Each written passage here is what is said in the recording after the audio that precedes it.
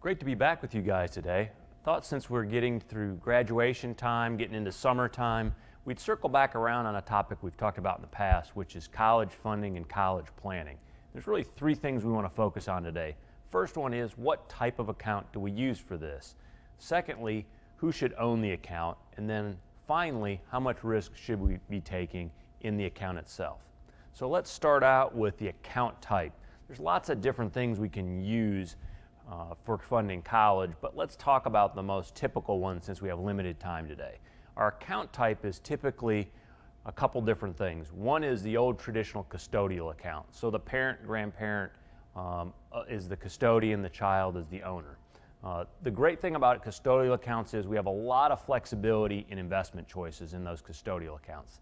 The downside to the old custodial account type is that you have some tax disadvantages. And what I mean by that is you're going to pay taxes as you go potentially.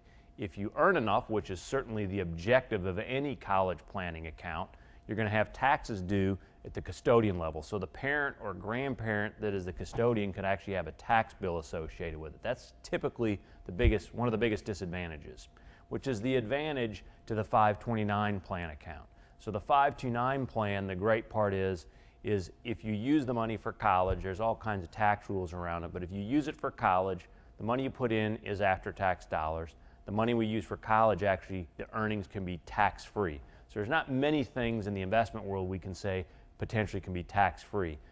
Very important, though, to know those rules or work with an advisor on the 529, because if you violate some of the provisions around it, you're going to get tax penalties potentially and the tax bill. Anytime Uncle Sam gives us some benefits tax-wise, he's going to take away some liquidity or some provisions that we have in access. So next, let's talk about ownership since we talked about account types. Ownership is usually a parent or grandparent, but it could be aunt, uncle for the child. Usually the ownership conversation is really just a function of who's making the contribution, quite frankly. A lot of times grandparents will be contributing for a child's college, or grandchild rather. They want to be the owner and have some more control over the monies. But a lot of times the parents will contribute too, so they would be the owner. 529 plan, you usually have an owner, which again would be the parent or grandparent, the beneficiary, which is the child, and then you would typically want to have a successor owner. So a lot of times we'll see grandparents as the owner, the child, their child is the successor, the parent, and then the grandchild is the beneficiary. So it's really just who gets to determine when they want to divvy out the money, so to speak. And then lastly, risk. And this is really no different than any other investment recommendation. One of the biggest factors is time that you have. So typically, and again, this is specific to everybody, but typically the younger the child, people tend to be more aggressive because they have more time for the money to grow. And also, you're going to have college costs escalating. College costs have been escalating 5 to 10% depending on the college that you're looking at. So you almost have to take some risk just to get that growth as you're saving for college.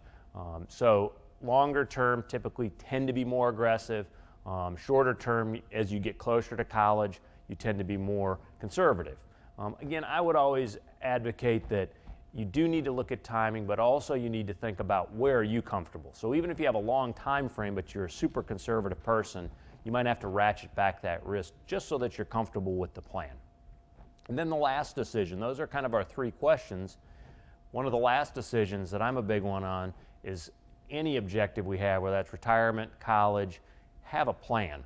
So this is where an advisor can really hopefully help you add a lot of value. Is we can sit down with you, look at where do you want to go to school, how old are the kids or grandkids, how much have we saved so far, and how much do we need to be setting aside either in a lump sum, which is the easiest for some, or on a monthly basis. From a cash flow perspective, most people saving for college are doing it on a monthly basis.